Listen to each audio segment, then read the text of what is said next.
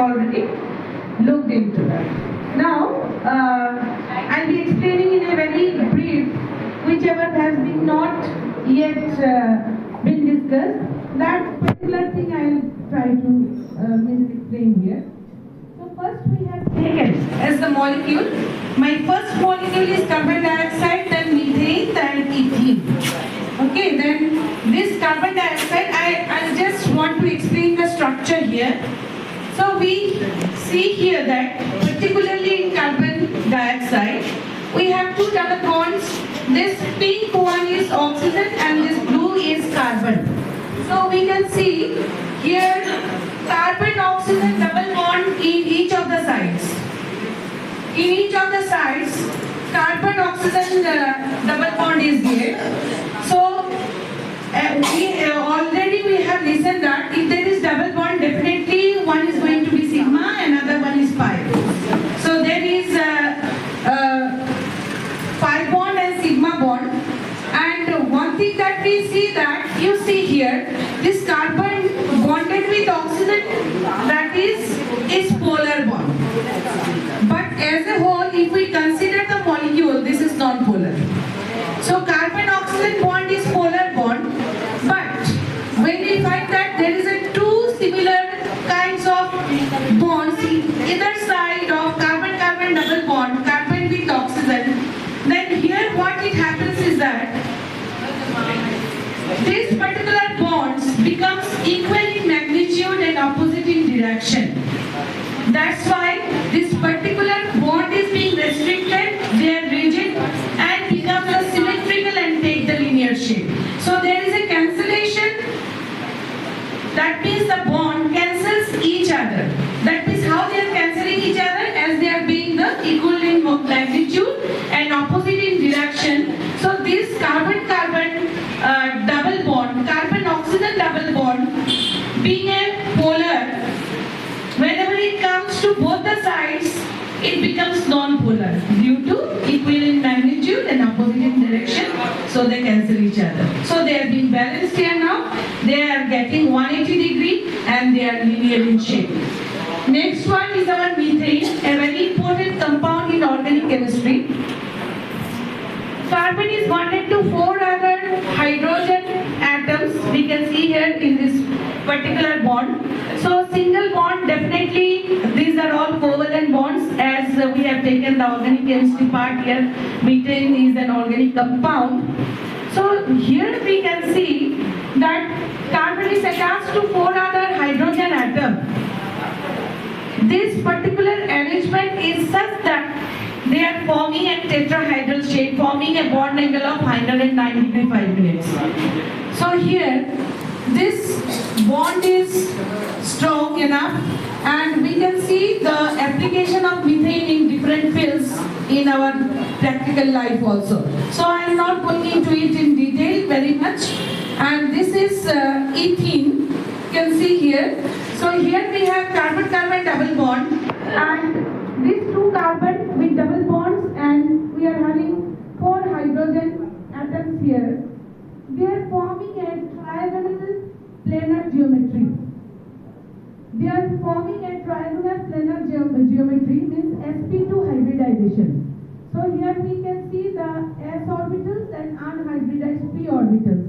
So head-to-head overlap of the s orbitals is there, along with that side-wise overlapping of the unhybridized p orbitals also taking place here.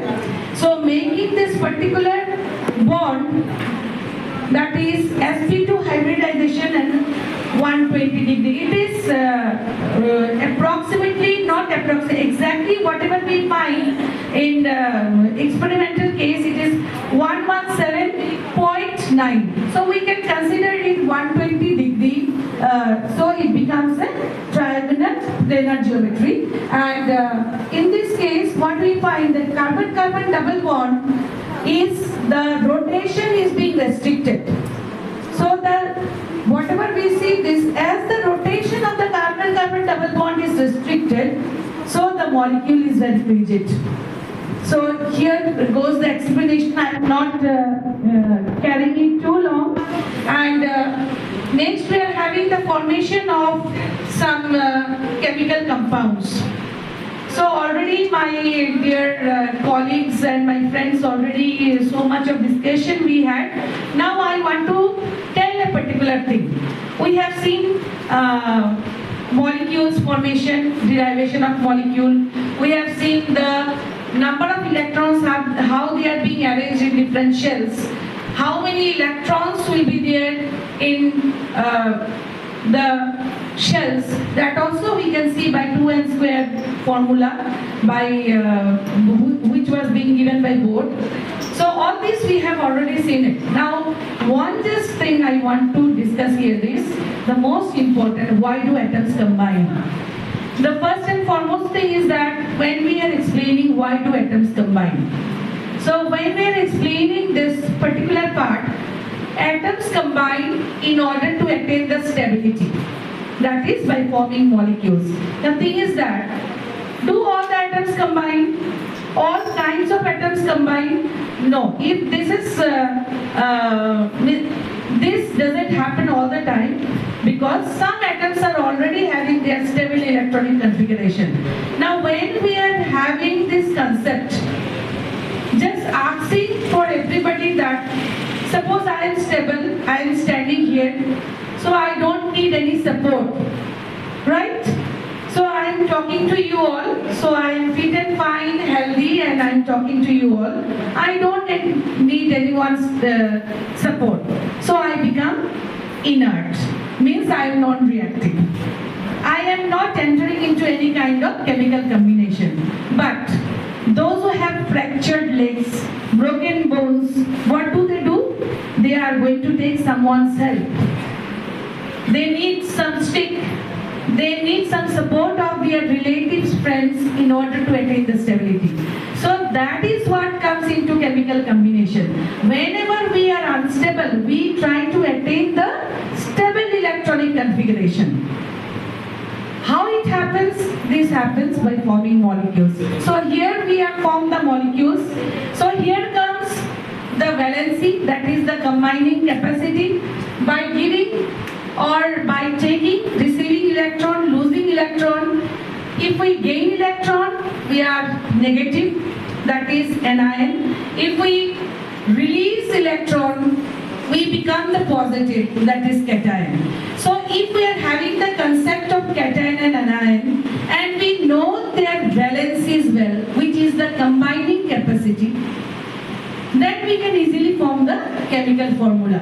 So chemical formula can be easily formed if we know the symbol, if we know the valency. If both the things are clear to us, that we can form the chemical formula of any compound.